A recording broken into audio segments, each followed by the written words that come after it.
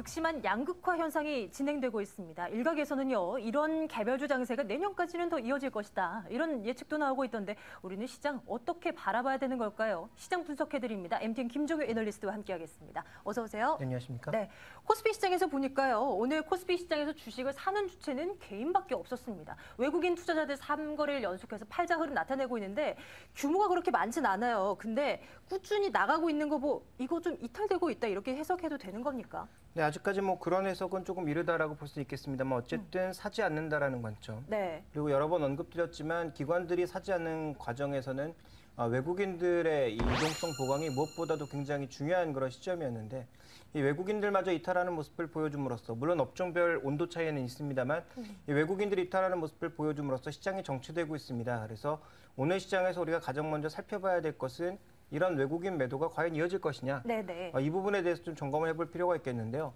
최근 우리 증시뿐 아니라 해외 증시도 굉장히 정체되어 있는 양상입니다. 이 이유에서 좀 원인을 찾는 것이 가장 중요하지 않을까라고 보고 있는데 먼저 준비된 그림을 보시면 지난 2012년 그리고 12년 그리고 현재 구간에서 기대되고 있는 PR 수준을 보실 필요가 있겠는데요. 예. 자, 보시면 지금 미국과 독일 그리고 프랑스 대부분의 선진국이라고 부르는 그런 국가들의 PER 수준이 모두 고점 수준에 거의 육박해 있습니다. 네네. 그래서 지금 현재 부담이 되고 있다는 거죠. 추가적으로 오를 만한 여지가 있기 위해서는 가장 필요한 게 2013년의 경기가 굉장히 빠른 속도로 올라갈 것이다라는 기대감. 네. 그런 기대감이 일단 정책이 나오기 이전에는 존재한 것으로 보여지지만 그런 정책들이 모두 나온 이후에는 과연 내년 경기가 좋아질까라는 그런 우려감이 나타나면서 예. 현재 밸류에이션도 싸지 않기 때문에 되는 종목만 올라가는 그런 차별화 장세가 계속적으로 이어지고 있다. 이 부분은 지난 주말부터 계속 언급드리고 있습니다. 그래서 이러한 양상이 지금 외국인 매수를 꺼리게 만드는 가장 중요한 요인으로 볼 수가 있겠고요. 우리나라는요? 그래도 상대적으로는 낮은 편이잖아요. 우리나라는 낮지만 우리나라의 전체적인 흐름이 결국 기업이익이 수출 쪽에 상당히 모멘텀이 있지 않습니까? 네. 결국은 글로벌 경기가 빠르게 살아나지 않고 무엇보다도 이제 중국 경기의 둔화가 나타나는 현재 구간에서는 모든 기업들의 실적 회복이 제한적인 수준일 수밖에 없기 때문에 예. 이와 관련된 흐름을 예상하는 것이 아닌가 이렇게 볼 수가 있겠고요. 자, 두 번째로 살펴볼 것은 그동안 위험 자산과 같이 움직였던 위험 통화의 움직임인데요. 대표적으로 이제 크레딧 쪽에서는 유로화가 위험 통화가 되겠지만 상품 쪽에서는 호주 달러가 대표적인 위험 통화라고 볼 수가 있습니다. 네네. 최근 추세는 꾸준하게 좀 내려오는 그런 양상이죠.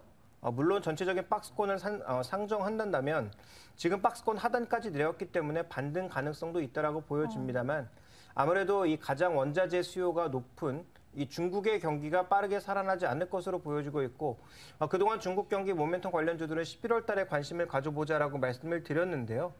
실제로 이제 여러 가지 이 정책 회의들이 11월 초로 연기되었지 않습니까? 원래 네네. 10월 중순으로 예상을 했었는데 그래서 이런 모멘텀도 뒤로 이연될 것으로 예상이 되면서 그동안 위험자산이랑 같이 움직였던 이런 가격들이 약세를 보여주고 있다는 거죠. 그래서 간헐적으로 위험자산에 대한 선택은 나타나겠지만 위험자산 자체의 매력도가 최근 들어선 조금 둔화된 것으로도 이해해 볼 수 있겠다. 이렇게 볼 수가 있겠고요.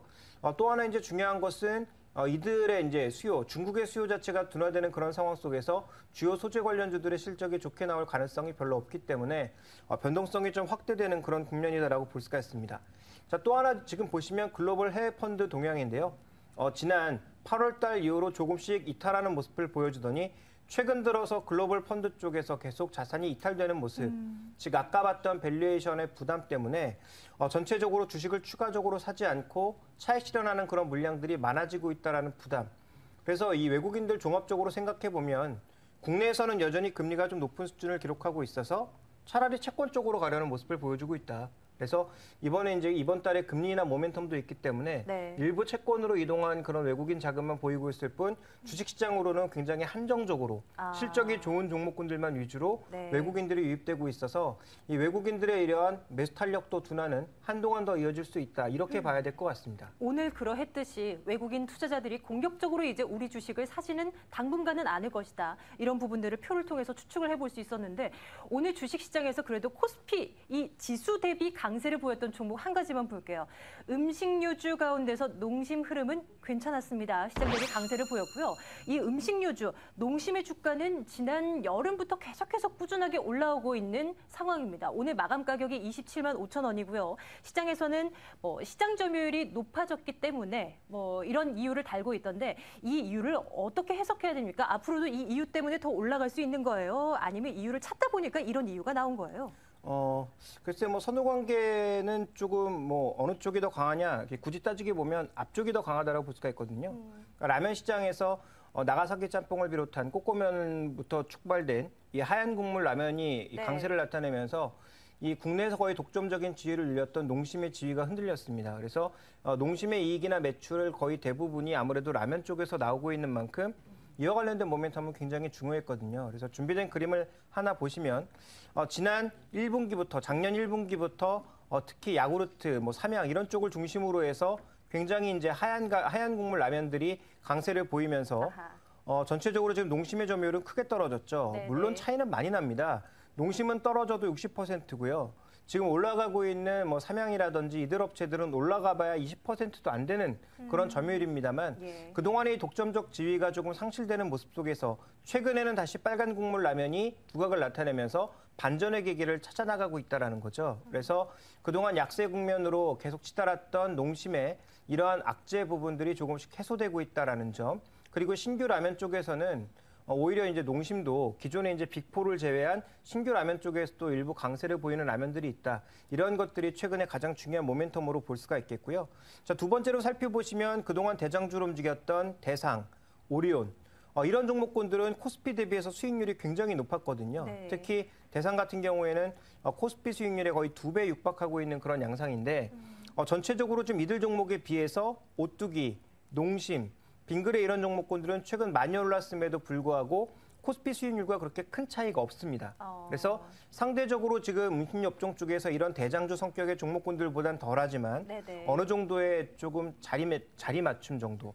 그러니까 상대적으로 덜 올랐던 부분들을 키 맞추게 하는 그런 정도의 움직임이 또 나타나고 있다는 것이 최근 상승세의 이유라고 볼 수가 있겠는데 그럼 지금보다 조금 더 올라갈 가능성을 열어두시는 건가요? 가능성은 있지만 지금 절대적인 가치로 놓고 봤을 때 네. 우리가 이제 이익이 이 단기 순이익 같은 경우에는 여러 가지 요인에 따라서 이익도 났다가 손실도 났다가 변동성이 좀 크지 않습니까? 그래서 네. 이것을 조금 상쇄하기 위해서 만든 지표 중에 하나가 EV 에비타라고 하는 지표가 있는데요.